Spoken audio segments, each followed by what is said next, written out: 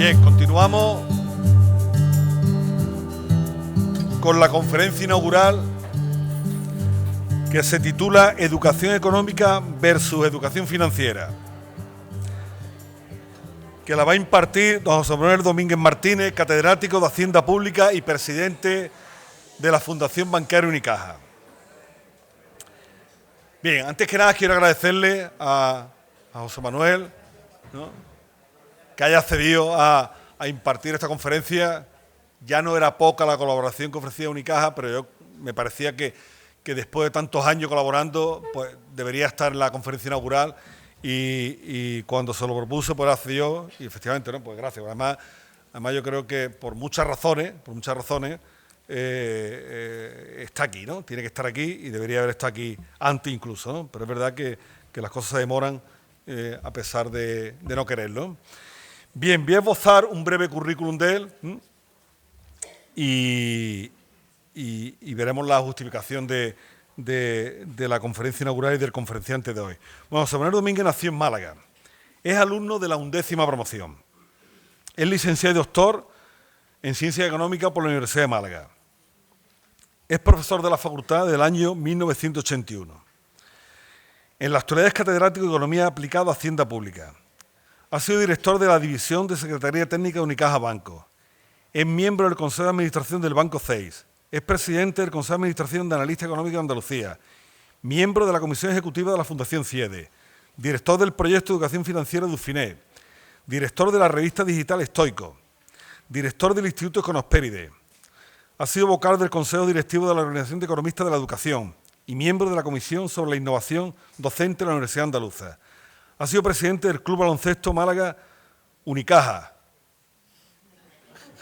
Importante la victoria de ayer, y esperemos que la victoria de mañana.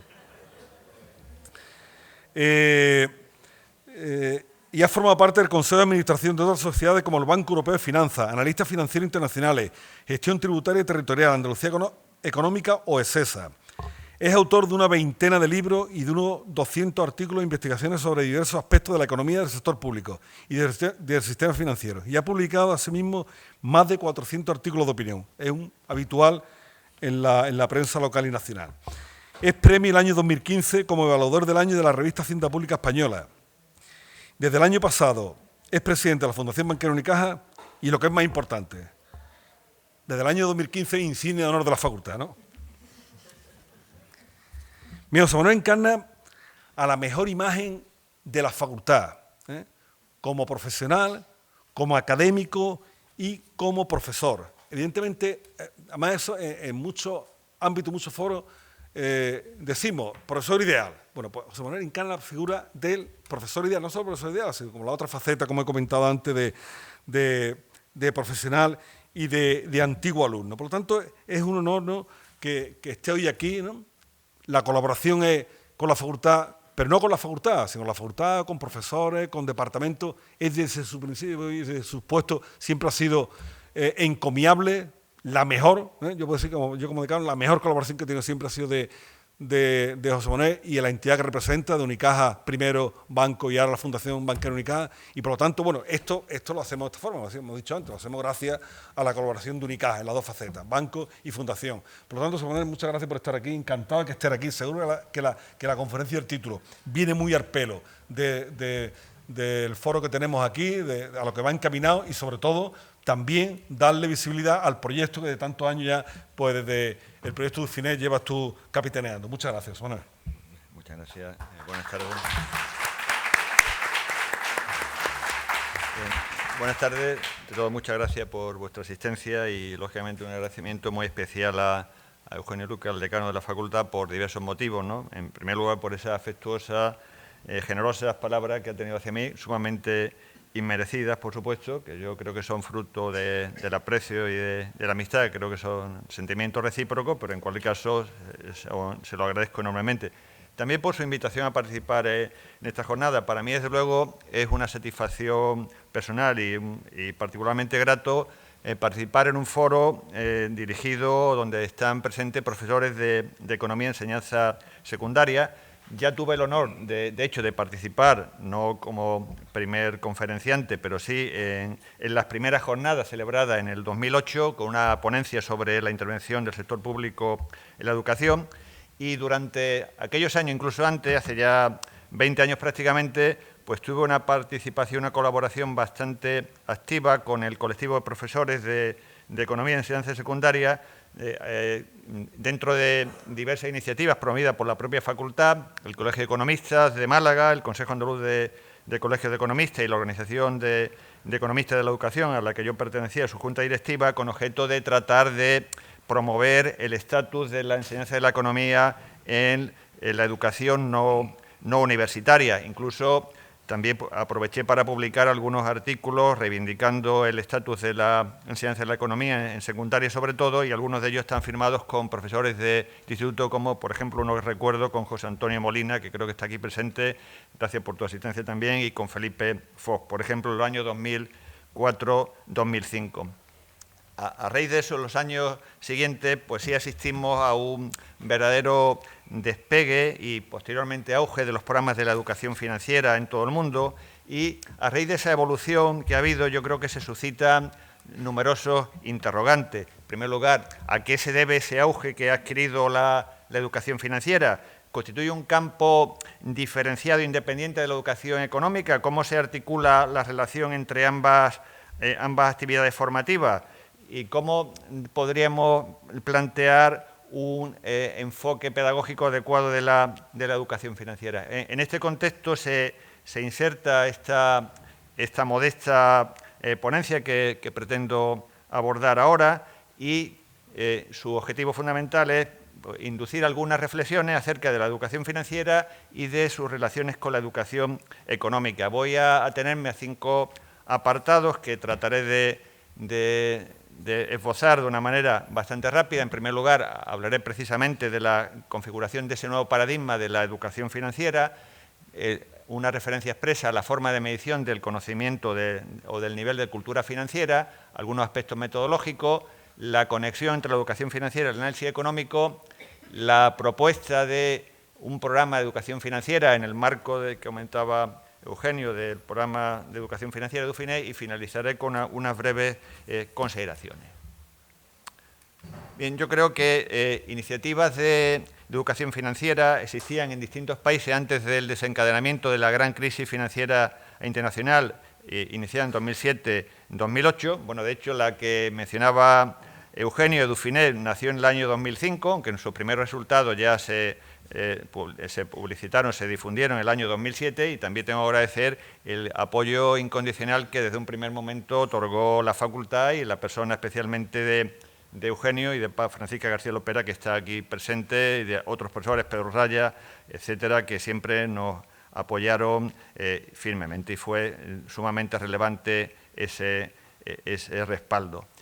Porque yo creo que la necesidad de instrucción financiera es algo estructural, no había que esperar a ninguna crisis, y estaba más que justificada por la evolución del sistema financiero en la segunda mitad del siglo XX y particularmente en las últimas décadas de este ciclo. Aunque no es menos cierto que ante la gran crisis se produce, a pesar de sus enormes consecuencias o dramáticas consecuencias sociales, lo que los expertos han denominado un momento pedagógicamente aprovechable, sobre todo teniendo en cuenta que, según algunas opiniones, el déficit de cultura financiera había sido un factor, si no el determinante esencial, evidentemente, de la crisis, pero que sí había contribuido a agravar sus consecuencias y su alcance. En ese momento, sobre todo impulsado por algunos organismos internacionales como la OCDE, se produce un auténtico salto a la fama de la educación financiera, y lo que algunos han denominado, la revista The Economist, por ejemplo, difundió esa noción, una auténtica cruzada internacional en pro de la educación financiera. Las razones son bastante conocidas y están sintetizadas: la constatación de la existencia de un bajo nivel de cultura financiera, la diversidad y la complejidad de los productos financieros, y también la consideración de que los programas de educación financiera podían generar importantes beneficios para los individuos, para la economía y para el conjunto de la sociedad. Quizá el estudio más importante, que se publicó en 2014, promovido por el Banco Mundial, y se había realizado un cuestionario para prácticamente todos los países del mundo. De ahí se concluía que, a partir de una pregunta muy simple, que ahora comentaremos, dos tercios aproximadamente de la población mundial carecía de conocimiento financiero adecuado. Y en España, en ese estudio, algo más, en torno a la mitad, pues también carecía de esos conocimientos según este importante estudio. En ese estudio se corroboraba que para el grupo de países de menor nivel de renta no había ninguna correlación entre el PIB per cápita y el nivel de alfabetización financiera, sí en parte para los países de mayor nivel de renta, aunque como ahí se puede apreciar, existe mucha dispersión en el nivel de educación financiera o de alfabetización financiera para los mismos niveles de PIB per cápita. En el caso de España, la referencia más importante es la encuesta de competencia financiera. Solamente se ha publicado una edición, está próximo a salir, según nos comentaron, la segunda, la encuesta de competencia financiera realizada por el Banco de España y la CNMV, atendiendo las 3 preguntas básicas que ahora comentaremos, relacionadas con la noción de inflación, el tipo de interés compuesto y diversificación del riesgo, pues prácticamente en torno a la mitad de la población adulta no es capaz de responder adecuadamente a las preguntas relacionadas con esos conceptos esenciales. En los últimos tiempos también hemos asistido a una proliferación de productos financieros cada vez más complejos y también han aparecido, siguen apareciendo cada vez conceptos económicos y financieros que nos complican el poderse envolvernos con comodidad en el ámbito financiero, porque verdaderamente hay bastante opacidad en muchos de estos conceptos. Bueno, ahí aparecen algunas conclusiones básicas de los principales estudios internacionales sobre cultura financiera, dificultad de comprensión de cuestiones financieras, también para gestionar situaciones financieras y evaluar riesgos. No se aplica planificación financiera con carácter general. Y también algo importante que subraya los organismos internacionales es la sobrevaloración que todos tenemos de nuestro conocimiento financiero propio, que hay un gap respecto a los que tenemos realmente. Como decía también, una de las razones que han impulsado los programas de educación financiera es la convicción de que estos programas pueden tener efectos positivos importantes para las personas, que se pueden traducir en un menor sobreendeudamiento, en un menor coste del riesgo y para la economía en su conjunto a partir de una mayor estabilidad financiera, disminución de la información asimétrica entre oferentes y demandantes de servicios financieros, incluso una mayor resiliencia familiar ante choques económicos, y eso a su vez pues puede favorecer incluso una economía más robusta. Si hacemos un análisis de todos estos efectos de la educación financiera, podemos ver que se localizan en las 4 grandes ramas mugravianas de asignación, estabilidad, distribución y desarrollo. Muy brevemente, un esbozo de lo que ha sido la evolución de la educación financiera desde la gran crisis financiera internacional lo podemos hacer a partir de esos apartados que aparecen ahí relacionados y que brevemente comento. En primer lugar, hemos asistido a una evolución del concepto de alfabetización financiera, al que ahora me referiré, y también ya se dispone de una serie de marcos de competencia financiera, elaborados sobre todo por la OCDE, para la población en general y para colectivos poblacionales específicos en particular. También, desde instancias internacionales, se han aprobado principios de alto nivel y recomendaciones básicas, como por ejemplo los que ha establecido la OCDE o el G20 y algún otro organismo internacional. También en estos años pues, ha habido ese auténtico despliegue de programas de educación financiera y en la mayoría de los países se han puesto en marcha estrategias nacionales de educación financiera. También yo creo que es bastante llamativo el alto grado de participación del sector privado, tanto empresarial como fundacional, en el desarrollo de estos programas formativos. Yo creo que es patente la elevación del estatus que ha adquirido la educación financiera. La OCDE, por ejemplo, la considera una competencia crítica para la vida en el siglo XXI. También los supervisores bancarios y los reguladores consideran que es un pilar de la estabilidad del sistema financiero, equiparándola nada menos que a la regulación y a la supervisión. La OCDE ha incorporado las competencias financieras a las pruebas PISA y en algunos países recientemente se están incluyendo los conocimientos financieros en la enseñanza secundaria, como el caso reciente y bastante comentado de Polonia.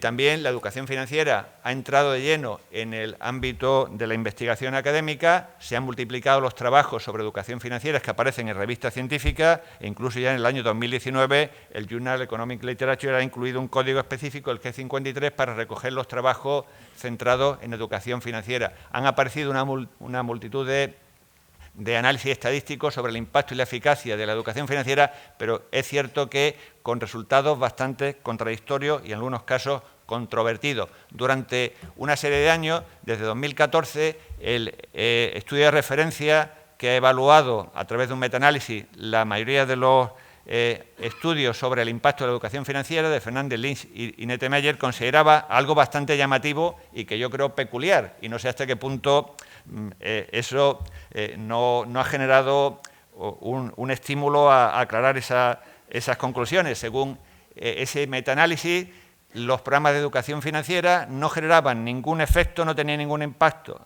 ni en términos de avance del conocimiento, ni en términos de modificación del comportamiento. Algo bastante curioso, porque si un programa formativo no tiene esas consecuencias, no sé qué ha podido ocurrir. En algunos casos es que la mera participación en un programa formativo, al no haber habido una evaluación, significa que realmente no ha habido una asimilación de conceptos.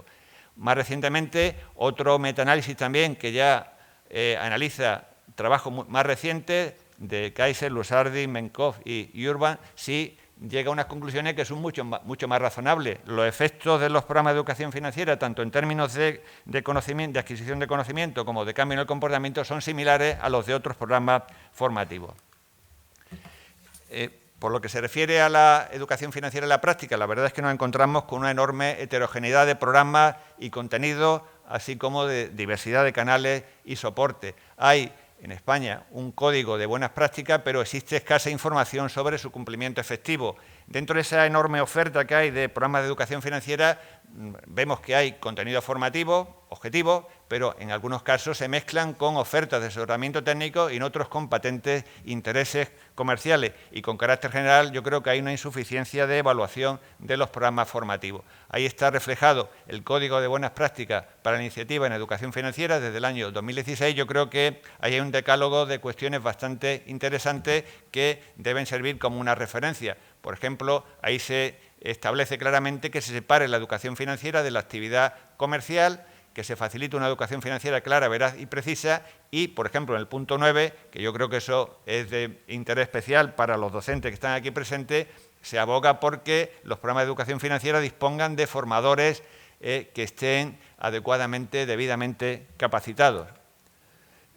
Por lo que se refiere a la medición del nivel de cultura financiera, ha habido en los últimos tiempos una proliferación de estudios para medir el nivel de instrucción financiera de la población y ahí han adquirido y siguen teniendo un gran protagonismo las denominadas tres grandes, que son las tres preguntas que en su día, en 2008, propusieron Lusardi y Mitchell, que son tres preguntas sumamente simples, además basadas en una elección múltiple o bien verdadero o falso, y son preguntas interesantes pero sumamente simplificadas relacionadas con el significado del interés compuesto, del poder adquisitivo del dinero y de la influencia de la diversificación en el riesgo. Lo que, a mí me surge la duda si cuando vemos los marcos de competencia financiera propuestos por la OCDE o por la Unión Europea, que tienen ahí un inventario enorme de requerimientos formativos, si con estas preguntas tan simples se puede calibrar bien el grado de cultura financiera o de alfabetización financiera de la población. En una guía publicada recientemente por la OCDE amplía ya el abanico de preguntas, sigue manteniendo estas tres grandes y llegan a 11, pero son preguntas muy fáciles como las que ahí aparecen. Imaginen que 5 hermanos reciben una donación de 1.000 euros y los hermanos han de repartir el dinero de manera igualitaria, ¿cuánto obtendrá cada uno? Bueno, la verdad es que son bastante simples algunas de ellas, pero en cualquier caso, el que la tiene que responder, pues siempre solemos encontrar más dificultad cuando nosotros no somos los que hemos puesto el tipo test o el examen, indudablemente. La OCDE al menos ya sí que amplía ese abanico de preguntas, incluso se incluyen algunas ya relativas a contratos financieros digitales, protección de datos o criptomonedas, pero en un plano bastante simple. Incluso la OCDE, en el cuestionario, para responder a las 3 últimas preguntas, al no haber una regulación homogénea a escala internacional, recomienda que se consulte cuál es la situación que existe en cada país para determinar cuál es la respuesta correcta en cada caso. En PISA, como ya hemos comentado y saben todos, pues se han incluido las competencias financieras, algunas preguntas están liberadas, es verdad que hay preguntas de distinto grado de dificultad, pero algunas de ellas que se encajan en el ámbito de competencia financiera las puede resolver cualquier persona que tenga una mínima capacidad de comprensión lectora o que se desenvuelva mínimamente en operaciones aritméticas. Por ejemplo, en este caso, ¿cuánto tardará una persona para acumular CET, 600C, que es la moneda hipotética que se utiliza, como saben, por parte de la OCDE, para alcanzar esa suma a partir de lo que va obteniendo por su trabajo? La verdad es que eso es una pregunta bastante simple, como también otra que se basa simplemente en la interpretación de un gráfico. De ahí que no sea de extrañar que cuando se analizan los resultados de las pruebas PISA hay una alta correlación, yo creo que en torno a 0,8, entre las competencias financieras, competencias matemáticas y competencias de comprensión lectora. Pasando este apartado brevemente de aspectos metodológicos, yo creo que aquí sí se constata que ha habido una evolución del propio concepto de alfabetización financiera. El originario de la OCDE del año 2005 es una definición bastante amplia. Aparentemente la de 2020 se sintetiza, pero hay que advertir que en esta definición de la OCDE de 2020 ya se alude a una combinación de conciencia, conocimiento, habilidades, actitud y comportamiento financiero que permiten a una persona tomar decisiones financieras sólidas para alcanzar su bienestar financiero individual. Verdaderamente es cierto que haya que incorporar esos componentes, pero yo creo que la incorporación de esos componentes introduce alguna dificultad para una delimitación y, sobre todo, desde mi punto de vista, se plantea el problema de un único instrumento, la educación financiera, un programa de educación financiera para alcanzar diversos objetivos, lo que yo creo que eso introduce bastantes complicaciones en la práctica. Sobre todo también teniendo en cuenta que se hace alusión a un concepto, el de bienestar financiero, bastante escurridizo. En una de las definiciones más estándares internacionalmente, pues se habla ahí de que el bienestar financiero es algo que al final permite disfrutar de la vida con todos los elementos de subjetividad que ello conlleva. Hay también otras dificultades para manejarnos en este ámbito, simplemente el ramillete terminológico que nos encontramos para diferenciar claramente entre educación, cultura, alfabetización, instrucción, capacidad, instrucción, destreza o habilidad financiera. Yo no creo que sea nada fácil, como mencionaba anteriormente, separar entre esos componentes que aparecen yuxtapuestos: conocimientos, competencias, confianza, actitudes, comportamiento, bienestar, y por no mencionar factores condicionantes o determinantes del comportamiento financiero, como puede ser el marco regulatorio, la situación económica familiar, el grado de aversión al riesgo, etcétera. Es decir, que verdaderamente hay que afrontar dificultades metodológicas considerables para abordar estas cuestiones. Por eso yo creo que es importante adoptar una visión holística del proceso de decisiones financieras, en el que intervienen una serie de componentes y una serie de elementos para intentar visualizar qué papel puede cumplir dentro de ese marco general un programa de educación financiera. Sin olvidar también algo que yo creo que es intrínseco a la educación financiera como materia, que es su carácter fronterizo, en el sentido de que atraviesa los límites de una serie de campos del conocimiento. A esa transversalidad intrínseca de la educación financiera se unen una serie de factores de cambio que están teniendo lugar en los últimos tiempos: la transformación del sistema financiero con digitalización, desarrollos tecnológicos, más otra serie de cambios que están aconteciendo en el entorno, y eso nos lleva a la necesidad de adaptar de manera continua los programas formativos y yo creo que se puede calificar en cierta medida la educación financiera como una especie de blanco móvil que no nos da tregua y cuando ya hemos diseñado un programa formativo nos encontramos que ya ha quedado de alguna manera un poco desfasado y estamos impelidos a actualizarlo de manera continua. Este aspecto que yo mencionaba al comienzo, la interrelación entre la educación financiera y el análisis económico, si podemos diferenciar esos ámbitos, yo creo que es importante tomar conciencia de que muchas veces nos centramos o hay una tendencia a centrarse exclusivamente en la toma de decisiones financieras, elegir entre instrumentos de ahorro, pero se obvia que esas decisiones financieras están precedidas o deben estar precedidas de un análisis económico. Antes de abordar la elección de instrumentos de ahorro, hay una decisión previa que es si interesa ahorrar o consumir. Antes de elegir un préstamo para la adquisición de una vivienda, hay una decisión previa que es la de ver cuál es la opción más adecuada, si comprar o alquilar una vivienda o en términos de financiación empresarial. Antes de ver las formas de captar recursos, el economista se tiene que preocupar de ver las ventajas y los inconvenientes de apelar a recursos propios o a recursos ajenos. Entonces, yo creo que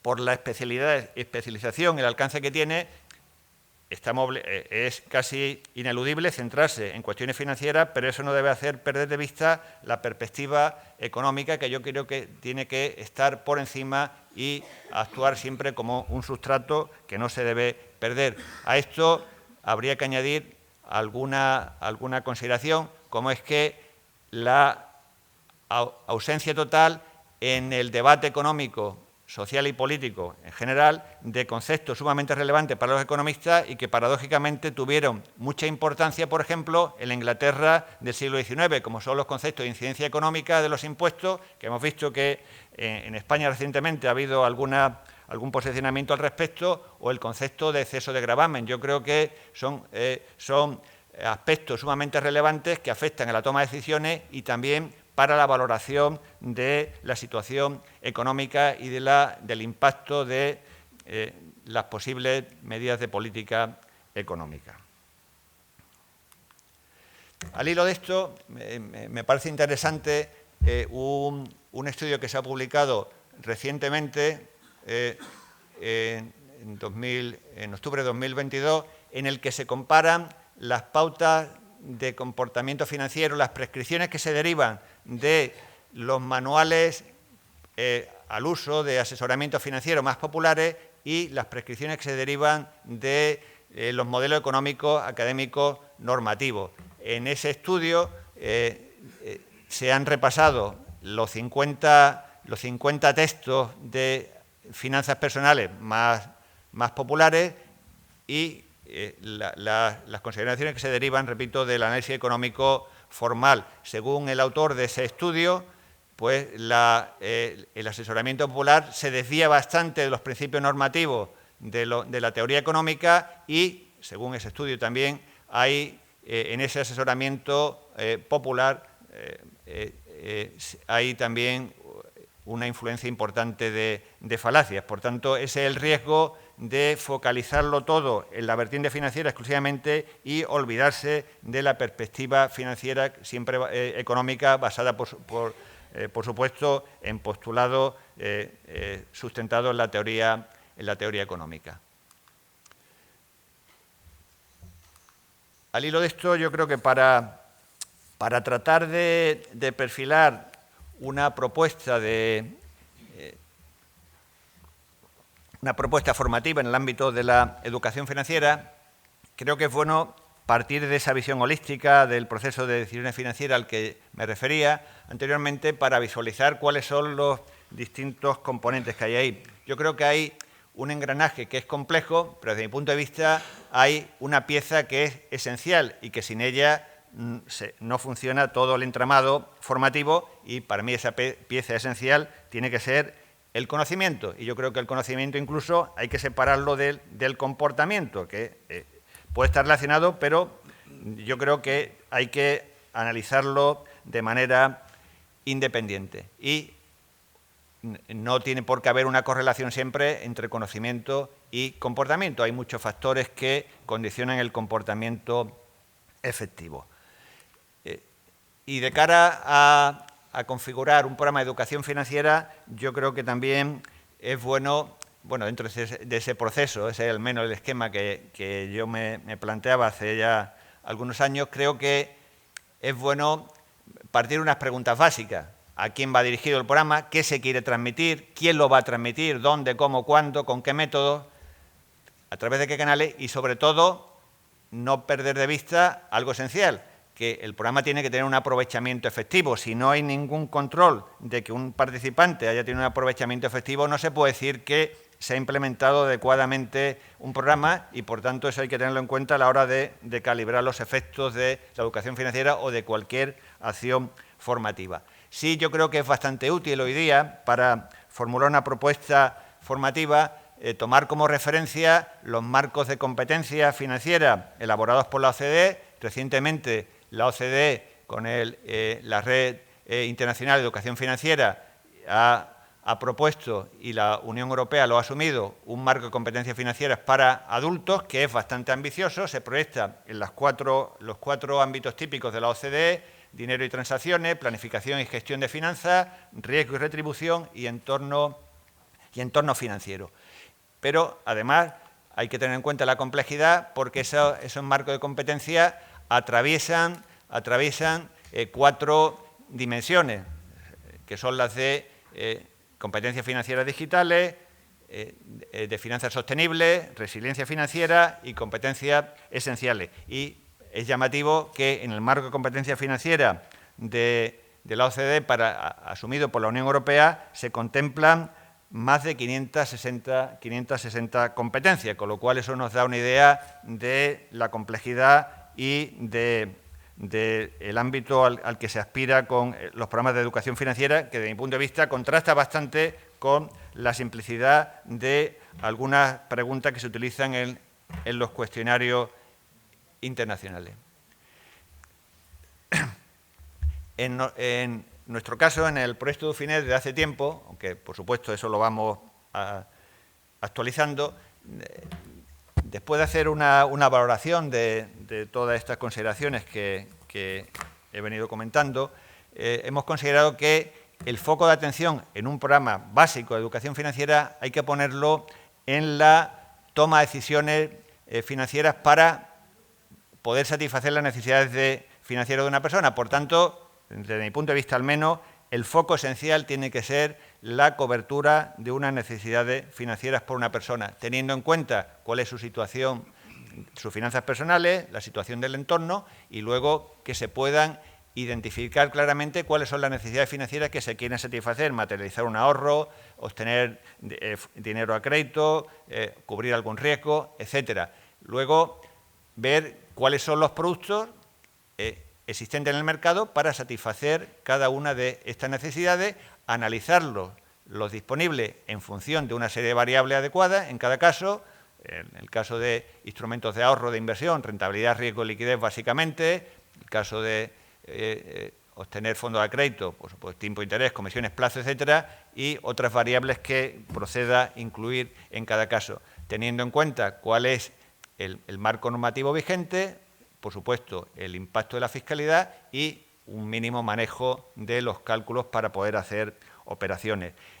Al hilo de esto, yo creo que también hoy día se es consciente, en Inglaterra hay un plan para extender el estudio de matemáticas de manera obligatoria hasta los 18 años, porque en Inglaterra, por ejemplo, se ha constatado que más de la mitad de la población trabajadora tiene un nivel de manejo de aritmética, de cálculos básicos, inferior al de un estudiante de 11 años. Por tanto, ese es un tema bastante preocupante en algunos países, y de ahí yo creo que la apuesta del gobierno actual inglés para extender el estudio de las matemáticas. Entonces, ese, por supuesto, es un ingrediente esencial.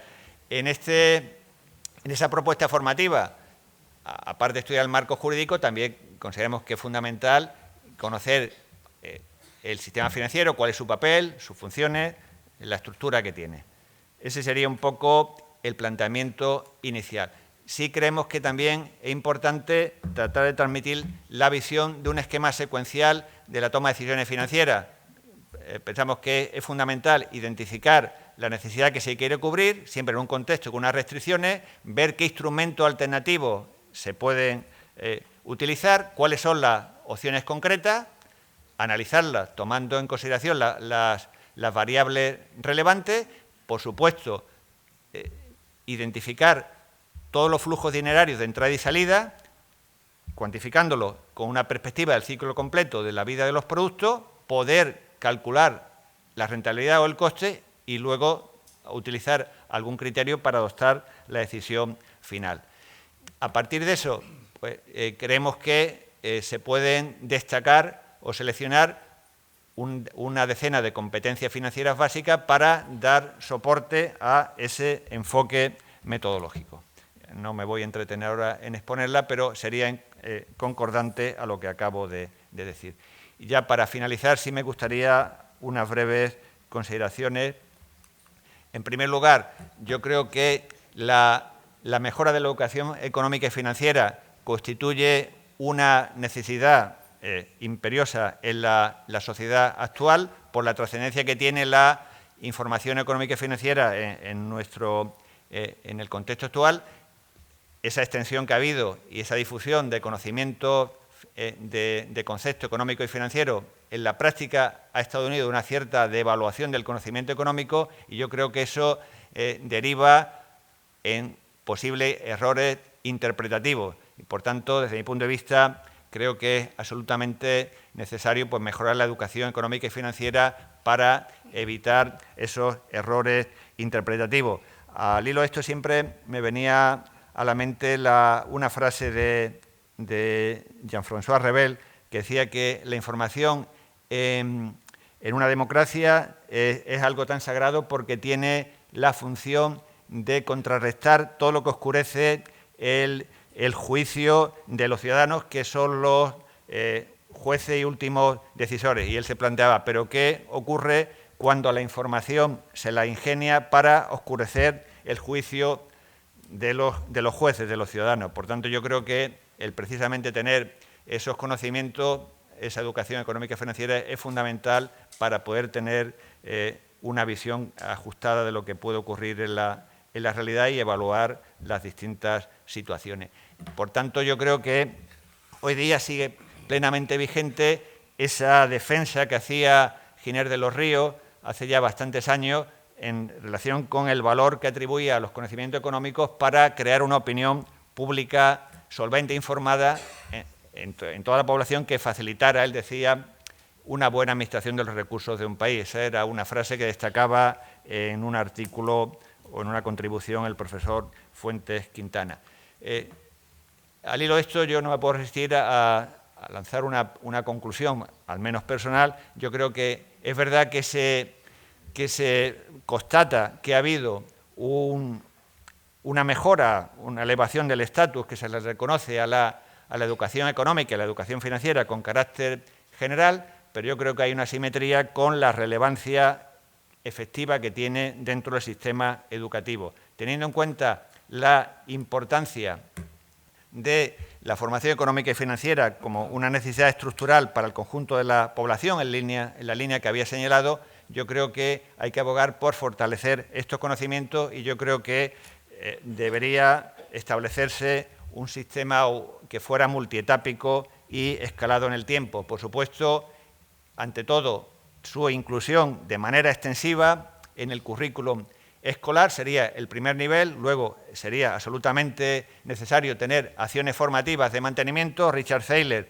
recordaba que conocimientos que se estudian en el bachillerato, si no se actualizan o se mantienen, luego no tienen operatividad a la hora de tomar decisiones. Y luego yo creo también incluso un tercer nivel de acciones específicas ad hoc en momentos singulares a lo largo del ciclo vital, para la compra de una vivienda, para la compra de algún artículo importante o una decisión financiera importante. Y ya por último, sí quería recoger ahí una frase en el siguiente sentido.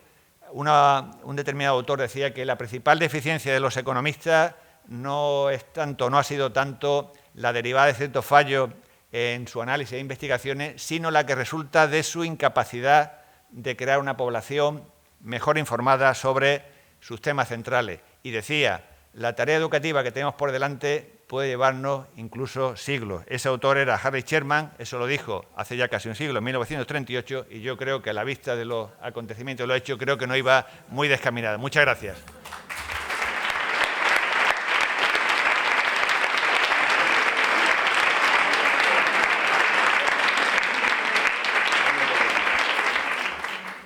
Muchas gracias, José Manuel. No me ha ajustado el tiempo que habíamos comentado, ¿no? Perfecto. Bien, y ahora tiene usted la palabra.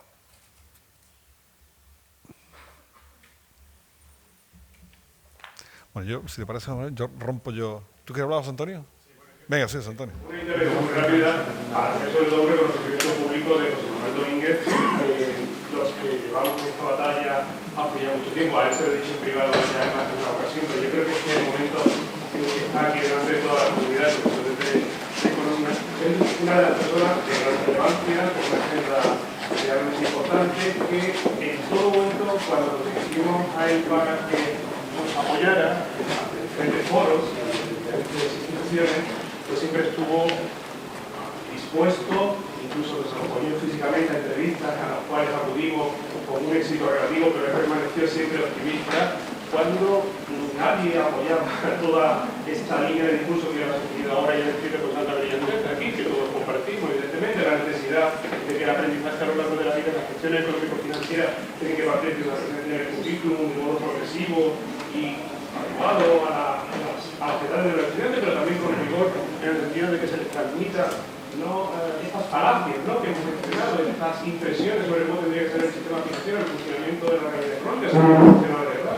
Y esta progresión a lo largo de su etapa educativa hasta luego una labor de mantenimiento, digamos así, para un aprendizaje a lo largo de la vida y las innovaciones que se van produciendo. Él estuvo ahí siempre al pie del cañón.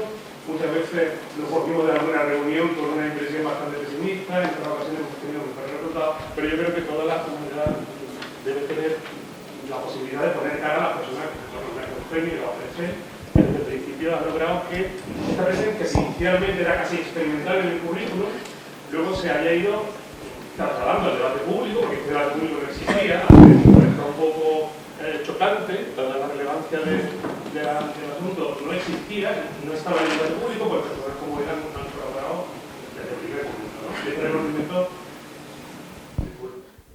Este reconocimiento yo creo que es muy merecido y que ahora que estamos aquí deberíamos hacérselo todos. Y luego, en segundo lugar, ya una pregunta, aparte de esta pequeña reflexión inicial, y es ¿qué posibilidades vemos de que a nivel internacional, que quizá usted tenga alguna referencia, esta concreción en el currículum de la presencia de asignaturas vinculadas a los conocimientos económicos financieros, no como unas materias meramente optativas, sino como unas enseñanzas que son esenciales para el desarrollo de las competencias que se dice ahora, ¿no?, que permiten el desenvolvimiento de las personas en la vida diaria, ¿no?, y su labor profesional, y esto del final es relevantísimo, es decir, la comprensión de que este tipo de competencias son fundamentales para el ejercicio de la ciudadanía responsable, es decir, para la comprensión de las propuestas de política económica, por ejemplo, ¿no?, o para la comprensión de la viabilidad de las propuestas dentro de la organización y de las instituciones. Digo que ¿Qué sentimiento o qué percepción hay en los organismos en los que usted colabora respecto de la inclusión de modo más o menos obligatorio, generalizado para toda la población, como el caso polaco que ha mencionado ahí? Es decir, ¿hay una tendencia en este sentido o seguimos todavía batallando con esta transversalidad y esta optatividad? Muchas gracias. Bueno, ante todo, no puedo sino expresar mi más sincero agradecimiento por esas palabras que sumamente generosas me ha dirigido el profesor José Antonio Molina, ¿no? Y desde luego le agradezco profundamente, ¿no?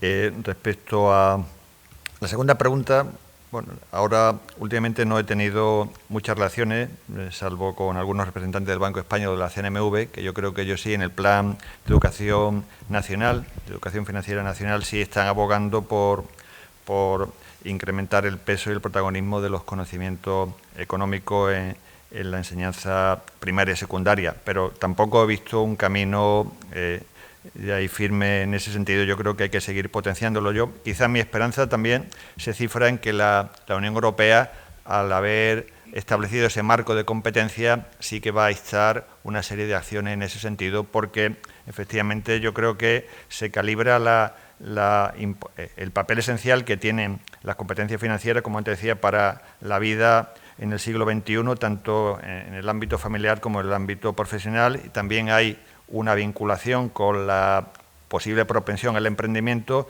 y yo creo que se va a ir avanzando en ese sentido, pero yo creo que habría que tratar de potenciarlo en los próximos planes de educación financiera nacionales. Entonces, yo creo que se ha avanzado algo, pero desde mi punto de vista aún es insuficiente.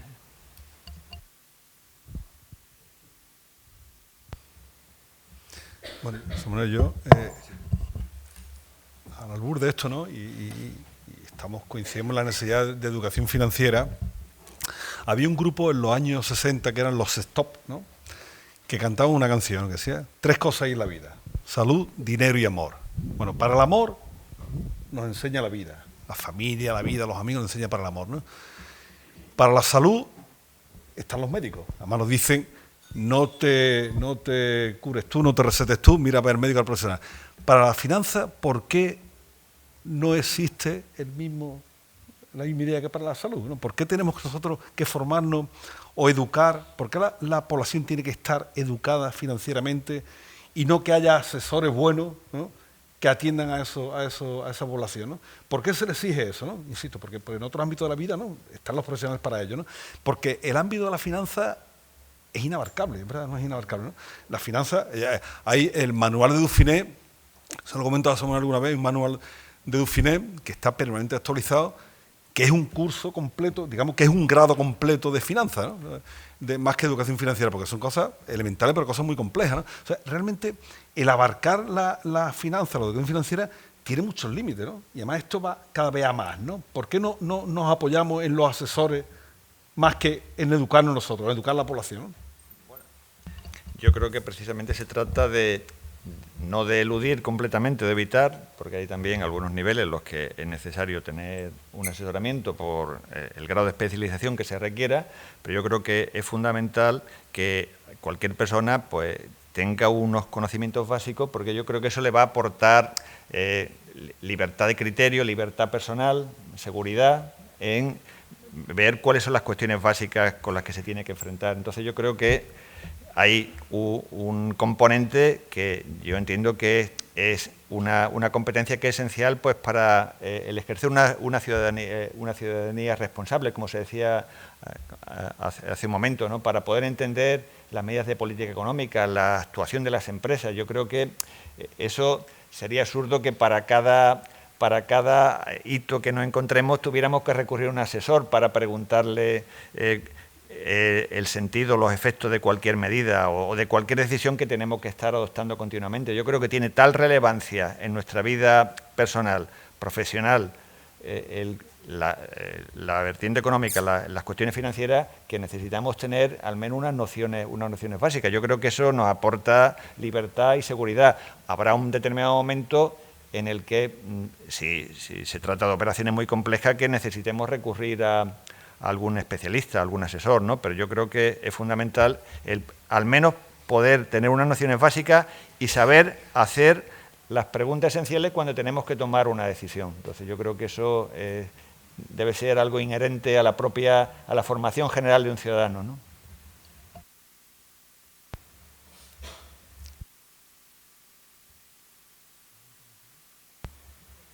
Sí, Marisol.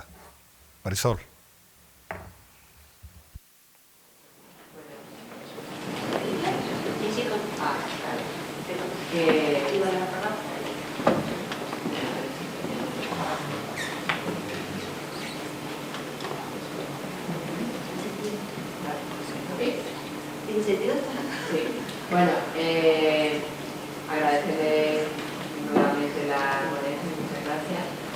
Y está claro que es necesario, pero mi pregunta es muy básica. ¿Por qué esa resistencia? Si es tan evidente, se lleva diciendo desde tanto tiempo, aquí desde la asociación, cada vez que hay una ley educativa tenemos que ir a luchar, que nuestras materias estén, lo conseguimos, están desde el carácter de optativa. ¿Por qué esa resistencia? Si es tan evidente, tú hablas con cualquier persona y te diga, sí, sí es necesaria esa formación. ¿Qué pasa? ¿Que no nos quieren educar en estas facetas de la vida? Yo verdaderamente creo que es una paradoja. Yo también es algo que no he entendido nunca, porque veía algo tan evidente y cuando íbamos a reuniones a la administración, yo creo que llevamos un decálogo de razones que yo creo que tenían razonabilidad desde principio a fin y yo estaba convencido de que eso iba a surtir efecto, de que íbamos a tener una clara dotes persuasivas, pero por la naturaleza en sí de estas materias, pero sin embargo es verdad, las barreras, los obstáculos para mí son inexplicables. Habría que buscar razones sociológicas, políticas, pero yo no he sido capaz de encontrar las razones últimas y sin embargo creo que lo que hay que intensificar los esfuerzos buscando elementos de convicción y yo creo que es que hay que hacer extensivo esa percepción al conjunto de la sociedad, porque yo creo que eso va en interés esencial de los ciudadanos, ¿no? Como un elemento consustancial al ejercicio de sus derechos, ¿no? Y sus obligaciones, ¿no?